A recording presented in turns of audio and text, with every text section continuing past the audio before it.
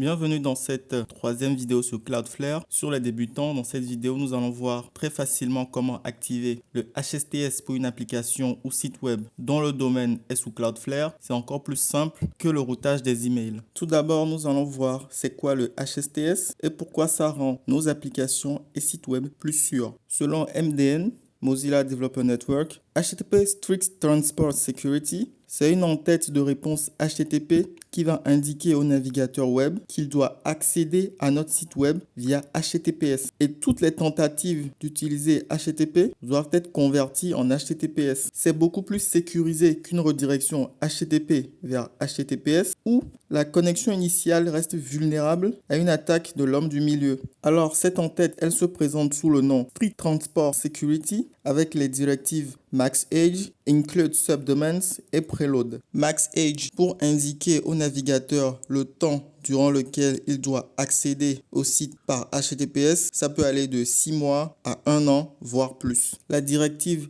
include subdomains pour appliquer la règle du HTTPS au sous-domaine. En ajoutant la directive preload, max age doit être d'au moins 1 an et include subdomain présent. À noter que preload ne fait pas partie de la spécification du HSTS. Je vais m'attarder un peu sur cette directive preload. Il faut savoir que même si HSTS est plus sûr qu'une redirection HTTP vers HTTPS, on reste vulnérable la première fois que l'on passe par le HTTP avant d'être redirigé vers HTTPS pour que le navigateur ait l'en-tête. Google maintient un service de preloading de sites et une liste exploitée par les navigateurs Chrome, Firefox entre autres. Si votre site est dans cette liste, le navigateur y appliquera toujours le HSTS. Voici les conditions pour être éligible à cette liste. Voici quelques exemples de valeurs pour cette en-tête. On retourne sur Cloudflare avec notre domaine favori pour activer le HSTS. Nous allons dans le menu SSL TLS, puis dans Edge Certificate. On descend jusqu'à l'option